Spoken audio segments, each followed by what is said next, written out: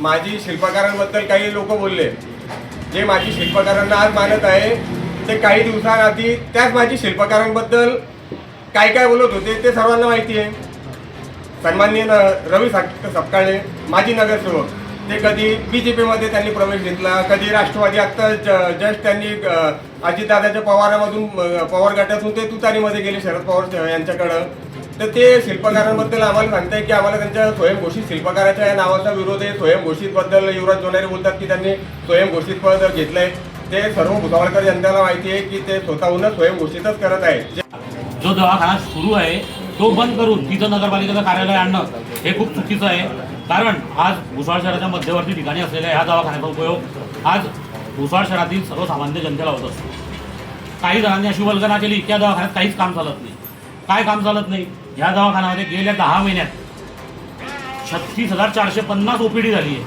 आज 36,450 OPD फक्त 10 महिन्याकरता झालेली आहे। त्यानंतर इथं गरोदर मातांचं, लहान मुलांचं लसीकरण होत असतं। मागच्या 10 महिन्यामध्ये 1499 गरोदर मातांना आणि लहान मुलांना इथं लसीकरण झालेलं आहे। त्यानंतर श्वानदंश, आज भुसावळ शहरात कुत्रे, भटके कुत्रे खूप झालेले आहेत। ते लोकांच्या मागे पण लागलेले आहेत आणि ते चावतात लोकांना, त्याचे कामच ते आहे। तर असे जे श्वानदंशाने जे पीडित असतात असे 5165 लोकांना तिथं श्वानदंशाची लसीकरण झालेलं आहे। या व्यतिरिक्त तिथं मलेरियाची ट्रीटमेंट होते। त्यानंतर TB हा गंभीर आजार आहे, त्या गंभीर आजाराचं उपचार तिथं चालतात। तिथं जी लाखो रुपयाची औषधी मिळते ती तिथं फ्रीमध्ये लोकांना दिली जाते। आज एवढे इथं ॲक्टिव्हिटी चालत असताना तो दवाखाना शहराच्या इतक्या बाहेर नेल्यामुळे आज रुग्णांना जो भुर्दंड बसेल रिक्षाने यायचा किंवा रात्री बेरात्री कुत्रं चावलं एवढ्या दूर कसं काय जाणार आहे? पोलीस प्रशासनाला या कायदेशीर बाबीमुळे नगरपालिका दवाखान्यात यावं लागतं, त्यांना सुद्धा हा प्रॉब्लेम येणार आहे। तर माझी एकच विनंती आहे, राजकारण करा। भुसावळ शहरामध्ये बाकीचे भरपूर विषय असे आहे की जे आपण प्राधान्याने सोडवायला पाहिजे होते, पण आपल्याला AC कॅबिन हवी आहे। हा घाट घालणं हा मुळात चुकीचा आहे आणि प्रत्येक गोष्टीला समाज अहो, ज्या लेवा पाटील समाजाची सून नगराध्यक्ष झाली आहे, आम्ही लेवा पाटील समाजाचा, आम्हाला पण अभिमान आहे, पण त्याच्या पाठीमागे कोण सत्ता चालवत आहे हे लोकांना समजायला पाहिजे। आज जर नगराध्यक्षाची इच्छा असती की बाबा आपल्यालाही एक सुंदर असं नगर परिषदेचं कार्यालय हवं आहे, तर त्यांनी तसा प्रस्ताव पाठवा, दुसरी जागा बघावी। गरीब रुग्णांचा हाल करून तिथं नगरपालिका आणावी ही कुठे योग्य आहे? याची कोणतीही सब ऑर्डर त्यांनी दाखवलेली नाही आणि ही प्रमा संपलेली वर्क ऑर्डर त्यांनी उपस्थित केली।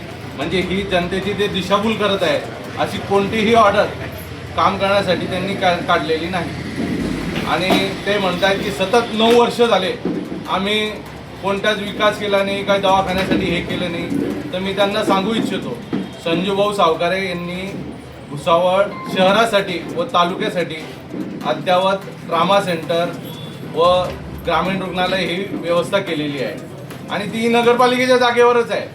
म्हणजे भाऊंनी ते शहरासाठीच केलेली आहे आणि हा जो दवाखाना होता हा फक्त भाऊंनी ते तिकडे ग्रामीण रुग्णालयाची व्यवस्था केल्यामुळे हा दवाखाना फक्त बाह्य रुग्णांसाठी वापरला जात होता आणि बाह्य रुग्णांसाठी वापरला जात असताना तिथं फक्त लसीकरण व इतर बाबी व शासनाच्या जे विविध योजना आहेत त्या राबवण्याचं काम या दवाखान्यातून होत होतं। आणि पवार गटाची एक पत्रकार परिषद बघितली, त्यामध्ये काहीतरी कार्यकर्ते वगैरे जे पराभूत उमेदवार वगैरे असतील त्यांची प्रतिक्रिया होती। मला तर असं वाटतं त्यांच्या प्रतिक्रियेवर द्यायला की भुसावळमध्ये पण कोंबडी चोर आलेले आहे। त्याचं सांगायचं कारण म्हणजे की तुम्ही ते हिंदीमध्ये हे ऐकले असेल कहावत, अंडा दिखा के मुर्गी पका के लेके जाते।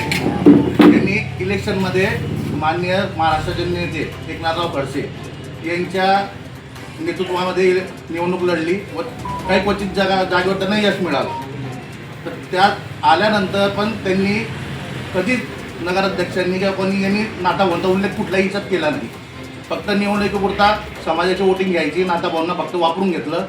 तशाच प्रकारे आता काल जो त्यांनी बेकायदेशीर ठराव केलेला होता, जे सांगत होते नगरपालिकेचा दवाखाना बाहेर न्यायचा म्हणून सर, त्याच्यानंतर आम्ही जे भाजपाच्या नगरसेवकांनी विरोध केला कारण ते काम होतं ते बेकायदेशीर होतं। लगेच त्यांना ती कल्पना आली, मग त्यांनी तो युटर्न केला की तो दवाखाना आम्ही दुरुस्तीसाठी केलेला आहे म्हणून सर। त्याची वर्क ऑर्डर जी असेल नसेल ती त्यांनी कालच्या पत्रकार परिषदेमध्ये दाखवली।